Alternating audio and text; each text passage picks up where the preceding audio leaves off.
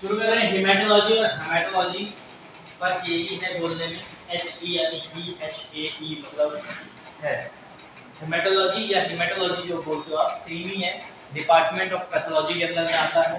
बात करें कि कौन से एजुकेशन में आता है तो ये आएगा आपका पैरामेडिकल एजुकेशन में, MLT मेडिकल लैबोरेटरी टेक्नोलॉजी के अंदर। अब हेमेटोलॉजी में हम क्या पढ़ते हैं तो सेल्स के बारे में पढ़ते हैं, ठीक है, उसके स्टडीज करते हैं, उसकी काउंटिंग पढ़ते हैं, उसकी मॉर्फोलॉजी भी पढ़ते हैं। लेकिन यहाँ सेल्स जो है वो हमारे ब्लड सेल से रिलेटेड सेल्स हैं, टिश्यूज नहीं है, कोई भी तरीके के फाइबर्स नहीं है, कोई भी तरीके के मस्कुलर सेल्स नहीं है, वो सारा आपका साइटोलॉजी में पढ़ा जाता है, ठीक है। हिस्टोपैथोलॉजी में आपके टिश्यू की स्टडी की जाती है, ठीक।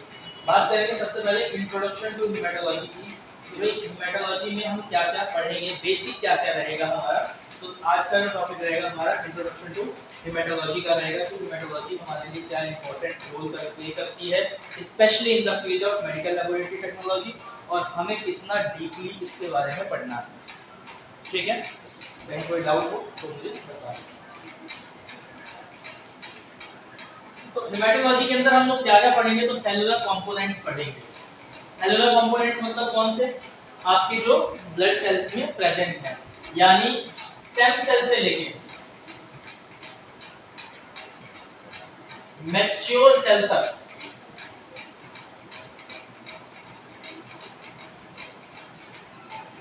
जितने भी फेज आए वो सारे फेज किसमें पढ़ेंगे, हम हेमेटोलॉजी में पढ़ेंगे। Complete component of blood, haematology में सबसे पहला टॉपिक आता है आपका ब्लड। हाँ जी, ब्लड क्या होता है, व्हाट इज ब्लड, बहुत बार पढ़ा चुका हूँ, जनरली भी बहुत बार बता चुका हूँ। व्हाट इज ब्लड,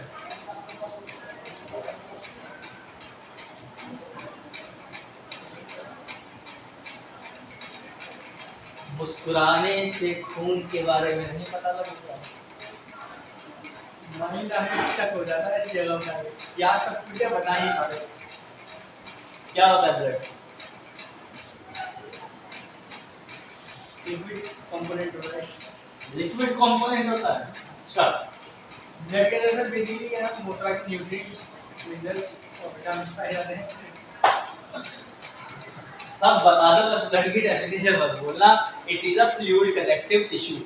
ब्लड क्या है, एक तरीके का फ्लूइड कनेक्टिव टिश्यू है। फ्लूइड कनेक्टिव टिश्यू का मतलब वो लिक्विड फॉर्म में रहने वाला सेल्स है जो आपस में इस तरीके से ज्वाइन रहता है कि वो लिक्विड की फॉर्म में रहता है हमेशा, ठीक है, क्लियर है। कंपोनेंट ऑफ ब्लड के अंदर में अगर सिर्फ ब्लड की बात करें तो दो पार्ट में ब्लड को हम डिवाइड करके चलते हैं। पहला है आपका सेल और दूसरा है प्लाज्मा, ठीक है। 45% हम लोग सेल बोलते हैं और 55% प्लाज्मा बोलते हैं, क्लियर है। कंपोनेंट ऑफ ब्लड में सेल में आए तो क्या क्या होगा आपका, आरबीसी, डब्ल्यूबीसी और प्लेटलेट, ये मैच्योर सेल्स हैं, ठीक है। आरबीसी, डब्ल्यूबीसी और प्लेटलेट क्या है, आपके मैच्योर सेल्स हैं। और प्लाज्मा में क्या क्या आ जाता है, ऑल बायो केमिकल मॉलिक्यूल्स, कुछ भी vitamin, hormone, mineral, fat, carbohydrate, lipid, सब कुछ किसमें आएगा, वाटर, वो प्लाज्मा में कंटेंट रहता है, क्लियर है, ठीक है। कोगुलेशन फैक्टर होगा वो भी इसी में आएगा। इन्फ्लेमेटरी कंडीशन प्रोसेस होगा, उसमें कोई इंफॉर्मेशन आ रही होगी, मैसेंजर सेल्स, मैसेंजर होगा कोई, तो वो इसी में आएगा, ठीक है। लिक्विड फॉर्म जितनी भी है सारी प्लाज्मा के अंदर में आती है। हेमेटोलॉजी की अगर हम सर्कल की बात करें कि हेमेटोलॉजी किन किन चीजों से घिरा हुआ है, तो हेमेटोलॉजिकल सिस्टम यानी हेमेटोपोइटिक सिस्टम जो है आपका, कौन सा सिस्टम, हेमेटोपोइटिक सिस्टम, वो किन चीजों से मिलकर बना हुआ है, तो हेमेटोपोइटिक सिस्टम जो है आपका 5 मोटे मोटे चीजों से बना हुआ है। हेमेटोपोइटिक सिस्टम क्या कहता है हिमेटोपोएटिक सिस्टम ये बोलता है कि भाई सेल कोई पैदा हुआ, ठीक है, कोई एक सेल पैदा हुआ, तो वो जैसे जैसे आगे बढ़ेगा वैसे वैसे ग्रो करेगा, और ग्रो करेगा तो उसका फंक्शन चेंज होगा, फंक्शन चेंज होगा तो उसका स्ट्रक्चर, ग्रो करेगा तो स्ट्रक्चर तो चेंज हो ही रहा है, ठीक है, चीजें कुछ जाएंगी कुछ आएंगी। अब हिमेटोपोएटिक स्टेम सेल में बोन मैरो में सेल बनना शुरू होता है, ठीक है, क्लियर है। ब्लड जो है बोन मैरो में बनना शुरू होता है, बोन मैरो से लिवर और किडनी में डेवलप होते हुए स्प्लीन में जाके खत्म हो जाता है,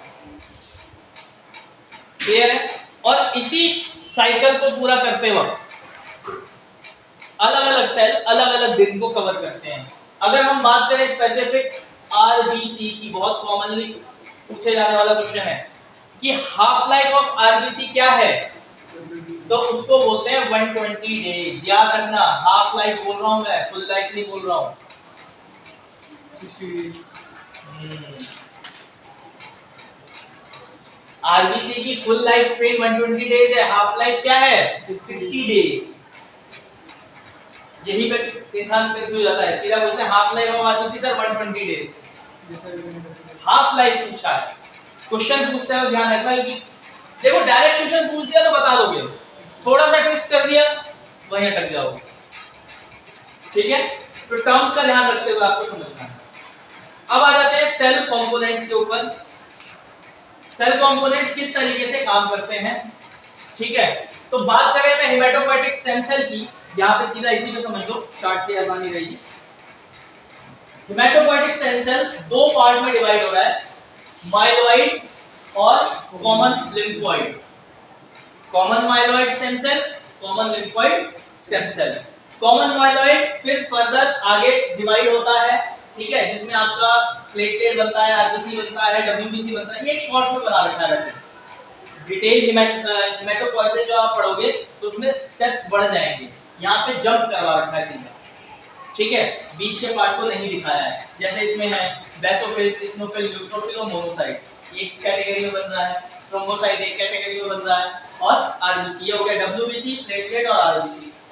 हां, इसमें भी बहुत सी चीजें मिसिंग है, स्किप की हुई है, मिसिंग नहीं है, वो स्किप किया कर रखी है, ठीक है। यहाँ पे भी लिम्फोसाइट के टी सेल्स, बी सेल्स होता है, किलर सेल्स उनको बोलते हैं, फिर वो आगे कन्वर्जन होता है। ये बहुत शॉर्ट में दे रखा है समझने के लिए कि कैसे चार्ट डिवाइड होगा आने वाले टाइम में, यानी जो सेलुलर कंपोनेंट में जब हम पढ़ेंगे इसके आगे, उसमें तो उसका ब्रीफ कह सकते हो कि ये ब्रीफ एक यहाँ पे स्ट्रक्चर दे रखा है, ठीक है। प्लाज्मा कंपोजिशन, मैंने बताया प्लाज्मा के अंदर आपके सारे मॉलिक्यूल्स रहते हैं, ठीक है। क्या सीरम और प्लाज्मा में कोई डिफरेंस होता है? वाइवा वाइज क्वेश्चन भी है, what is the difference between serum and plasma? Serum के अंदर सर एंटीकोगुलेंट मिक्स होता है, वही प्लाज्मा के अंदर एंटीकोगुलेंट होता है। सीरम के अंदर एंटीकोगुलेंट नहीं होता और प्लाज्मा के अंदर एंटीकोगुलेंट प्रेजेंट, ठीक है। जो क्या करता है स्पेसिफिक पार्ट को, हर एक, ऐसा नहीं है कि कोई भी एंटीकोगुलेंट उठाओ और वो सारा काम एक ही, सारे एंटीकोगुलेंट एक जैसा काम करेंगे, नहीं, हर एक एंटीकोगुलेंट अपने स्पेसिफिक वर्क के लिए जाना जाता है। जैसे ईडीटीए है, वो सेलुलर कंपोजिशन यानी सेलुलर मॉर्फोलॉजी को अटेन करके रखता है। फ्लोराइड है, वो ग्लूकोज को अटेन करके रखता है। साइट्रेट है, वो क्या करता है, हाँ जी, पीटीआई है, ठीक है, कोगुलेशन फैक्टर को होल्ड करके। तो अलग-अलग ईडीटीए, सॉरी, अलग-अलग एंटीकोगुलेंट अलग-अलग कंपोजिशन, अलग-अलग चीजों के लिए रखा जाता है। यहाँ प्लाज्मा की अगर मैं कंपोजिशन की बात करूं तो क्या-क्या कंपोजिशन है, यहाँ 90 से 92% आपका क्या है, वाटर है, यानी प्लाज्मा में आपका 90 से 92% जो मिलेगा वो क्या मिलेगा, वाटर मिलेगा, ठीक है। उसके बाद आपके प्रोटीन्स, प्रोटीन, कार्बोहाइड्रेट, विटामिन्स, ये तीन ऐसे इंपॉर्टेंट कंपोनेंट है हमारी बॉडी के ग्रोथ के लिए, जो इसी के ऊपर आपकी पूरी बायोकेमिस्ट्री की है। ये कार्बोहाइड्रेट क्या मॉलिक्यूल यहां से निकला, वहां जाके जुड़ गया, वहां से निकला, वहां जाके जुड़ गया, रायता फैला के रखते हैं ये लोग बॉडी के अंदर। कौन सा कहाँ जुड़ रहा है, कौन सा कहाँ निकल रहा है, समझते रहो। और एक जगह से जो हटेगा तो नाम बदल देगा उसका, दूसरी जगह पे जाएगा तो फिर उसका नाम बदल देगा।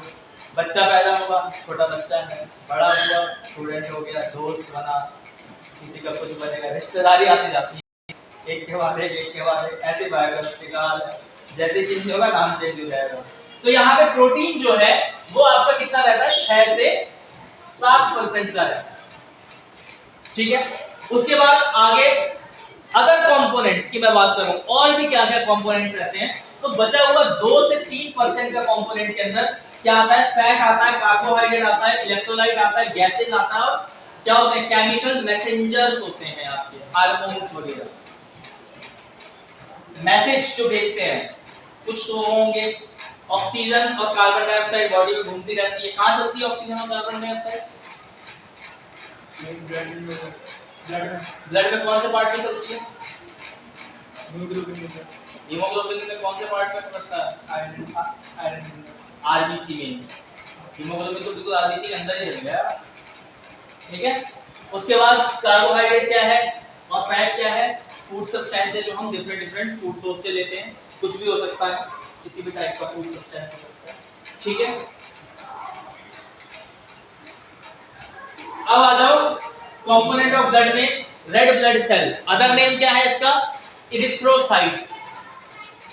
आरबीसी को अदर नेम से क्या बोलते हैं? इरिथ्रोसाइट। इरिथ्रोसाइट का क्या कॉम्बिनेशन है? हीमोग्लोबिन होता है जो कि क्या कैरी करता है, आपका O2 मॉलिक्यूल कैरी करता है।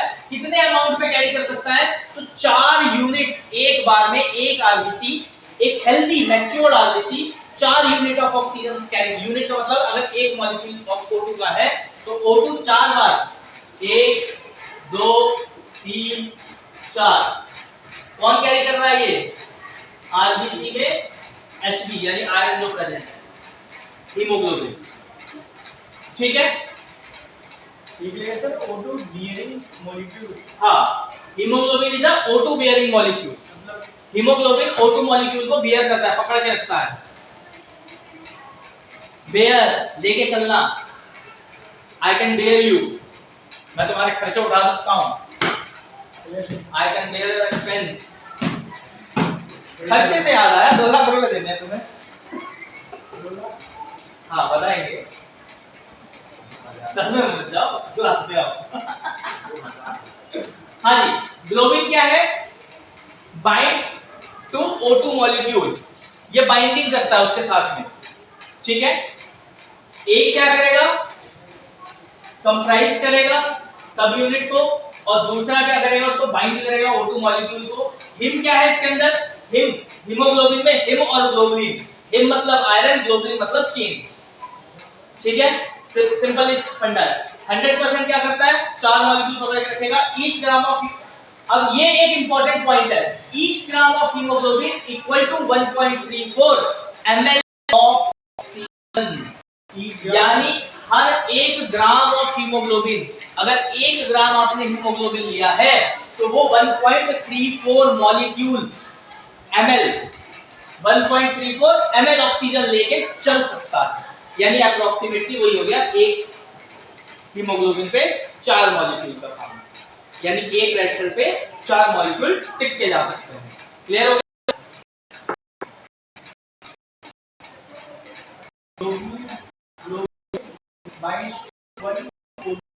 जी, ग्लोबुलिन चेन है, और क्या है? आयरन है। आयरन याद करो, फिजिकल डायग्राम पहले पढ़ाया था, दोबारा पढ़ाऊंगा, खैर बीच में था Fe, और उसके बाद O, और फिर ये चेन भी तो चलेगी ना, ये एक सिंगल तो नहीं रहेगा ना। तो globulin is a chain, him is a iron जो होल्ड करके रख रहा है, उसको बियर करके रख रहा है, क्योंकि छोड़ना भी तो है टाइम पे, जब बॉडी को चाहिए होगा तो वहां देगा भी तो सही से। क्लियर है? आगे बढ़ते हैं। कंपोनेंट ऑफ ब्लड में, आरबीसी के अंदर में अब आ जाते हैं, कुछ और पार्ट समझ लेते हैं। तो सबसे पहले इरिथ्रोपोइसिस और इरिथ्रोपोइटिन, ये 2 प्रोसीजर है जिसके थ्रू क्या होता है, आरबीसी का डेवलपमेंट देखा जाता है। वो तो सर डिफरेंट प्रोसेस के थ्रू होता है ना, स्टेम सेल से ना आगे से स्टार्ट हुआ। एरिथ्रोपोइएटिन सेल क्या होता है? Unnatural RBC. तो रेटिकुलोसाइट सेल्स क्या होते हैं? वो भी अननेचुरल है, सॉरी रेटिकुलोसाइट अननेचुरल आरबीसी होता है, और एरिथ्रोपोइएटिन वो नेचुरल आरबीसी होता है, मतलब उससे पहले का पार्ट होता है। इरिथ्रोपोइसिस से लेके इरिथ्रोपोइटिन तक चलने वाला जो सफर है वो आरबीसी का डेवलपमेंट सफर होता है। ठीक है, क्लियर हो गया? इरिथ्रोपोइसिस मतलब स्टेम सेल से आगे बढ़ना। बच्चा पैदा होता है, एक स्टेप चलता है, दूसरा तीसरा चौथा स्टेप्स, मतलब यहाँ पे एजुकेशन ले लो या कोई किसी भी टाइप की ग्रोथ ले लो, एक टाइम के साथ उसकी स्टैग्नेंट ग्रोथ रहती है। वैसे ही आपका आरबीसी होता है, स्टैग्नेंट ग्रोथ चलती है। हेल्दी पर्सन की बात की जा रही है यहाँ, अनहेल्दी पर्सन की बात नहीं की जा रही है, ध्यान रखना इस चीज का। ठीक है, फिर है आपका हीमोलाइसिस। हीमोलाइसिस मतलब आरबीसी का टूटना। ये भी आरबीसी के अंदर ही होता है। कैसे टूटता है? स्प्लीन की तो जाएगी टूट गया नहीं, वो ब्रेकडाउन होता है। तो टूटना और ब्रेकडाउन होना अलग है। एक होता है मैच्योर है, शेक करके गिर के टूट गया, कोगुलेशन डिसऑर्डर की वजह से इंटरनल क्लॉटिंग होने लग गई, ब्रेकडाउन हो रहा है। और एक है आपका ऑटो इम्यून सिस्टम डिसऑर्डर, जिसको बोलते हैं हम लोग, खुद की बॉडी में खुद के सेल को मारना शुरू कर देता है, ऑटो इम्यून डिसऑर्डर। ठीक है, उसमें कमी होने लगती है सेल्स की। क्लियर है? ठीक है, अब हीमोलाइसिस यहां दो तरीके से आपको समझना है। पहला, बॉडी में क्या होगा? ऑटो इम्यून डिसऑर्डर की वजह से होगा। स्प्लीन में जब उसकी लाइफ साइकिल कंप्लीट होगी तो भी वो ब्रेकडाउन होगा। बॉडी के बाहर आपने ब्लड लिया, ट्यूब में रखा, प्रॉपर एंटीकोगुलेंट मिक्स नहीं हुआ, एंटीकोगुलेंट जितना रेशियो में रहना चाहिए ब्लड उससे ज्यादा रेशियो में चला गया, ठीक है, या कोई जट पड़ने की वजह से उस पर क्लॉटिंग हो गई, रप्चर हो गए सेल, तो क्या होगा? वो आयरन रिलीज कर देगा, किसमें? प्लाज्मा में। ठीक है, तो कंडीशन को बोलेंगे कि लाइसिस हो गया। हीमोलाइसिस की साइड में यहां पे थोड़ी सी और होता है। Go ahead. जब आरबीसी ब्रेकडाउन होता है तो ये है ब्रेकडाउन होने के बाद सुपर सेल के अंदर कन्वर्ट हो जाता है। हाँ, और जब सुपर सेल के अंदर ब्रेकडाउन होता है तो हीमोग्लोबिन के अंदर कन्वर्ट हो जाता है। और हीमोग्लोबिन जब टूटता है तो दो पार्ट में पड़ता है, हीम के अंदर और ग्लोबिन के अंदर। और ग्लोबिन जब टूटता है ब्रेकडाउन होता है तो के अंदर कन्वर्ट हो जाता है। हीम जब टूटता है तो दो पार्ट में डिवाइड होता है, एक के अंदर और एक क्या है बिलिरुबिन के अंदर। आयरन तो क्या है उसके अंदर बोन मेरो के अंदर ट्रांसपोर्ट हो जाएगा, और बिलिरुबिन के अंदर गोल बाइल बन जाएगा और वो गोल ब्लैडर के अंदर आगे छोड़ देगा। ठीक है, थोड़ा ऊपर से निकल गया होगा। देखो, मैंने इसलिए भी इतना डिटेल में नहीं बताया क्योंकि हम तो स्टार्टिंग ही है। ठीक है, ये डिटेल जो है कि स्पेसिफिक आरबीसी पढ़ रहे हैं, एरिथ्रोसाइट पढ़ रहे हैं, उस केस में आपको पढ़ने को मिलेगा। हाँ, लेकिन अच्छा एक्सप्लेन किया इन्होंने, काफी अच्छा याद रखा है, बहुत अच्छी बात है। ठीक है, फिर उसके बाद आएगा आपका लेबोरेटरी एनालिसिस। हाँ जी, है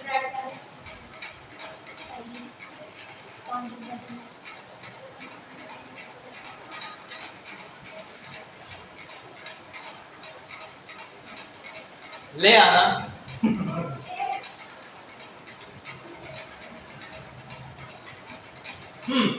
फिर अगर बात करें कि भाई आरबीसी से और हम क्या कर सकते हैं, मतलब इरिथ्रोसाइट से और हमारा क्या काम होता है, उसका फंक्शन समझ लिया। आयरन कंटेन कर रहा है, फॉलिक एसिड कंटेन कर रहा है, ऑक्सीजन कंटेन कर रहा है, ठीक है, और विटामिन B12 उसके कॉम्पोजिशन में रहते हैं सारा, अगर सराउंडिंग उसका वर्क वगैरह सब देख लोगे तो। ठीक है, कंटेंट कितना हो रहा है? आरबीसी 45% सेल है अप्रोक्सीमेटली, सॉरी हाँ 45 अप्रोक्सीमेटली 45 जो है आपका, वो सिर्फ और सिर्फ आरबीसी कवर कर लेता है, सिर्फ और सिर्फ आरबीसी। यानी ये परसेंटेज जो हमने ब्लड की बनाई थी 55 और 45, तो 45 ये आरबीसी कवर कर लेता है।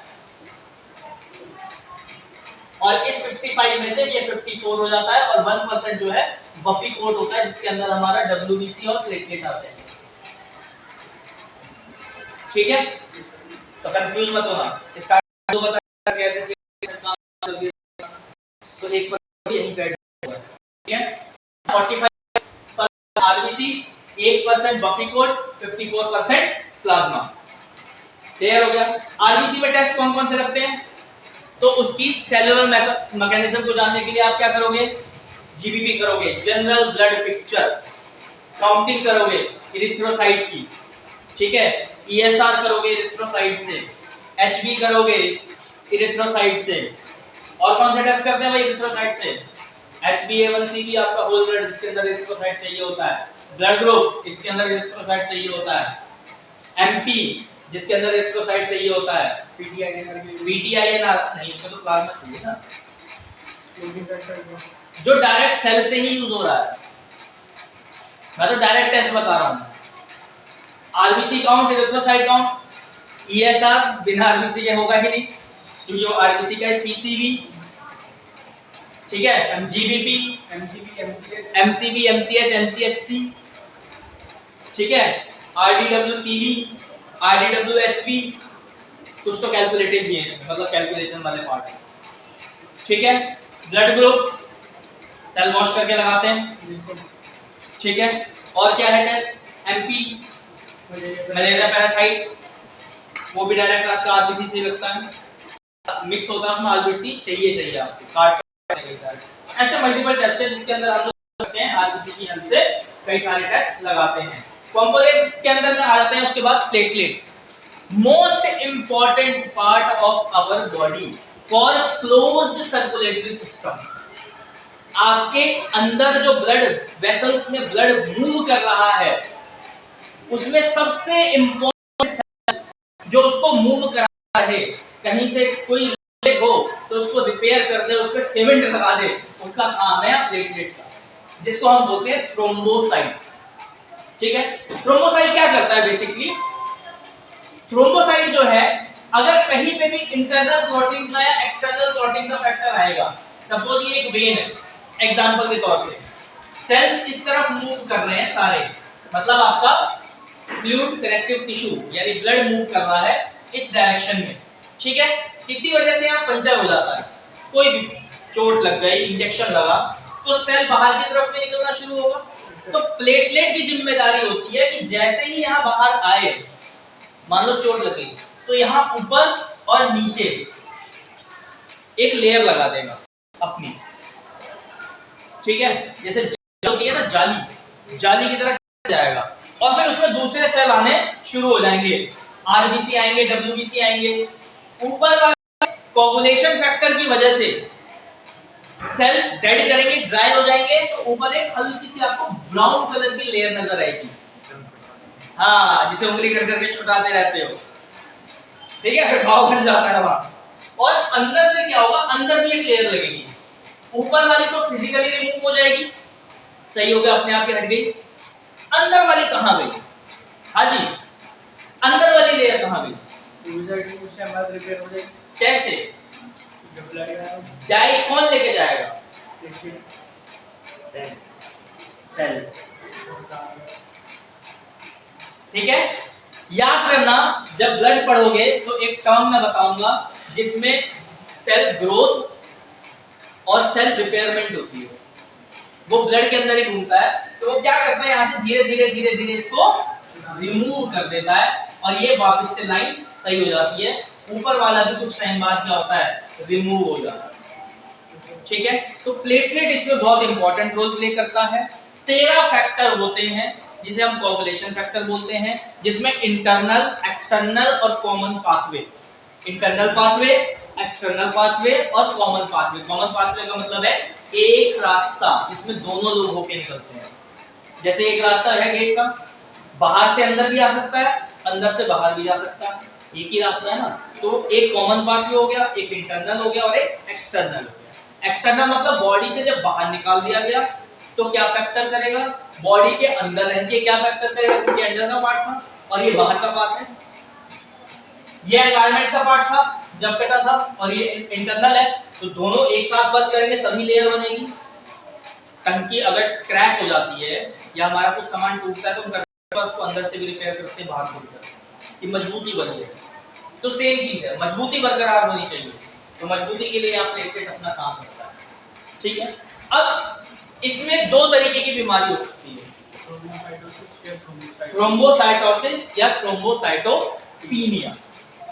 थ्रोम्बोसाइटोसिस क्या कंडीशन है? जब प्लेटलेट बढ़ जाते हैं। नॉर्मल एक रेंज है, कितनी रेंज है? 4 लाख प्लेटलेट नहीं सर, 1.5 से तो चालू है, 1 से 1.5 लाख से 2 मैक्सिमम। ठीक है, कई जगह नॉर्मल रेंज वैरी करती है, कहीं 3 भी हो सकती है नॉर्मल रेंज में। 3 लाख 3.5 लाख प्लेटलेट नॉर्मल पे कैरी कर सकती है। 4 लाख भी हो सकता है कि कहीं नॉर्मल आ रही हो, लेकिन 1 से 1.5 lakh is the normal platelet. एक हेल्दी पर्सन में 1 से 1.5 लाख के बीच में प्लेटलेट रहती ही रहती है। कई कंडीशन में ओके कहा जाता है, लेकिन कई कंडीशन में ओके नहीं कहा जाता है, डिपेंडिंग ऑन द एनवायरनमेंट, आप किस एनवायरनमेंट में रह रहे हो। ठीक है, यदि आपको चोट लग रही है, ऑब्वियसली फुटबॉल के तो स्पोर्ट्स पर्सन रेट हाई रहता है, उसका रीजन है उसको इंटरनल क्लॉटिंग होती रहती है। वॉलीबॉल खेल रहा है, बॉल लग गई, नीला पड़ गया, तो उसको रैपिडली सेल्स चाहिए होते हैं रिकवरी के लिए, तो वहाँ उसका नॉर्मल रेंज से थोड़ा हाई या higher to the normal touching जो होती है ना, रेंज होती है हायर की और लोअर की, तो उसके टचिंग तो मिलेगा हमेशा, उसका कहीं होगा नीचे वाली टचिंग तो मिलेगा। क्लियर है? उसके बाद अगर बात करें कि भाई इसकी ग्रोथ कौन सी है, तो मेगा क्रायोसाइट से शुरू होता है और थ्रोम्बोपोएटिन पे जाके खत्म होता है। थ्रोम्बोपोएटिन मतलब जहां थ्रोम्बोसाइट बन गया, लास्ट स्टेज, बस दरवाजा खुलेगा और बंद के निकल जाएगा। जलेबी तल चुकी है, चाशनी में डूब के निकलेगी। तो थ्रोम्बोपोएटिन वो कंडीशन है, बंद निकाले डूब के निकलेगा, उसमें से बढ़िया टेस्ट आ जाएगा। ओके, अब यहाँ कुछ मैंने क्लास के हिसाब से रेंज फाइंड की है कि ब्लड लॉस होगा तो कितना केस में कितना ब्लड लॉस होता है। ठीक है, उसका प्लस पॉइंट, तो उसमें बीपी क्या रहेगा, उसमें पल्स क्या रहेगा, ठीक है, रेस्पिरेशन रेट क्या रहेगा, लेकिन ये स्टैग्नेंट नहीं है चार्ट। ठीक है, केस कह सकते हो, ये मैंने केस स्टडी करी है कुछ लोगों के ऊपर। ठीक है, 50-60 लोगों के ऊपर केस स्टडी करी थी। केस स्टडी मतलब हॉस्पिटल से डाटा लिया था और उनका पैरामीटर लगा के जब मैंने चेक किया तो मुझे एक फॉर्मेट में आउटपुट मिला कि भाई इस कंडीशन में, जैसे अगर ब्लड लॉस होता है ml में कितना, अप टू 750 ml, ठीक है, तो उस रेस पे क्या होगा, आपका 15% ब्लड लॉस वॉल्यूम में से घट गया। ठीक है, पल्स डाउन हो जाएगा 100 से, बीपी नॉर्मल रहेगा, पल्स प्रेशर नॉर्मल रहेगा, रेस्पिरेशन रेट उस टाइम पे 14 से 20 रहेगा। ठीक है, यूरिन आउटपुट 30 ml से ज्यादा रहेगा, मेंटल स्ट्रेस थोड़ा सा हेक्टिक रहेगा और फ्लूइड रिप्लेसमेंट जो है वो आपका किस कंडीशन पे जा रहा है, क्रिस्टलाइन। ठीक है, क्लियर है? इसी तरीके से क्लास 2, क्लास 3 और क्लास 4 का डिफाइन किया हुआ है, जिसमें आप देखोगे कि यहाँ पे ब्लड प्रेशर और पल्स रेट डिक्रीज हो रहा है जब 120 से आपका 1500 से 2000 ml ब्लड लॉस हो गया। यहाँ 2000 से ज्यादा हुआ है तो आप देख सकते हो कि बीपी पल्स किस तरीके से आपका पल्स जो है वो हाई जा रहा है और बीपी जो है वो लो जा रहा है। पल्स हाई क्यों जाता है और बीपी लो क्यों होता है? सबसे अच्छा कंडीशन है समझने का, बीपी हाई होगा तो पल्स हाई होगा, ये मैंडेटरी नहीं है। क्यों? आपका ब्लड कम है बॉडी में, ठीक है, तो ऑक्सीडेटेड ब्लड किसमें आपका, आर्टरी के अंदर। पल्स कहां से चेक की जाती है, आर्टरी से, वेन से, आर्टरी से हाँ, और रिक्वायरमेंट बॉडी को पूरी कहां से होती है ऑक्सीजन की, आर्टरी से, तो आर्टरी में फ्लो क्या रहेगा, हाई रहेगा। क्लियर है? सडन लॉस की बताऊं मैं, अगर रैपिडली आपका लॉन्ग लास्ट हाई जा रहा है तो पल्स हाई मिलेगा ही नहीं, लेकिन सडन अगर कोई बॉडी में कोई चेंज आता है एक्सीडेंट की वजह से तो उस केस में यहाँ पे ये मैंने एक चार्ट बनाया जिसमें 750 से लेके 2000 और उसके अबव की कंडीशन ब्लड लॉस की इन ml मैंने बता रखी है।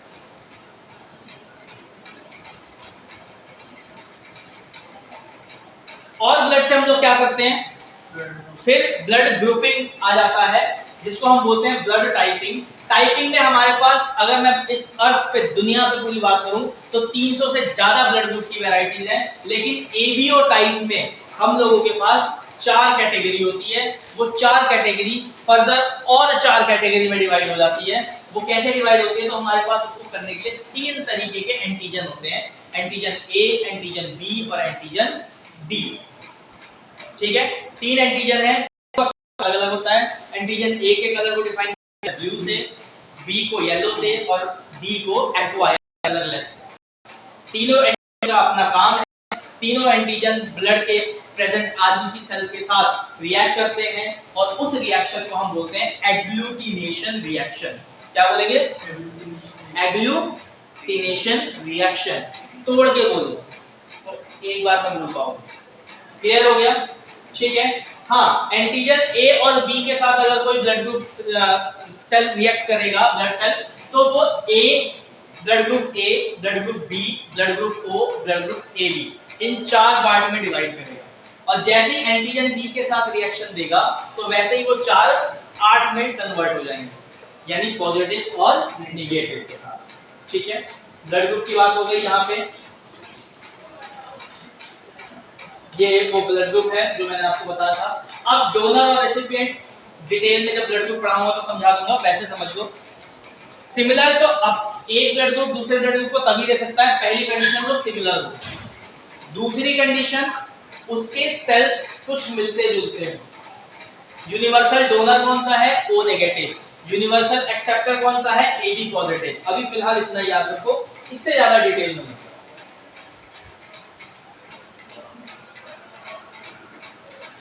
ट्रांसफ्यूजन रिएक्शन के टाइम पे क्या होता है, ये भी आरबीसी से रिलेटेड ही है, थोड़ा ब्लड बैंकिंग का पार्ट है, लेकिन समझना जरूरी है क्योंकि जब आप आरबीसी पढ़ोगे तो कहीं ना कहीं थोड़ा बहुत इंट्रोडक्शन इसका भी बीच में आएगा।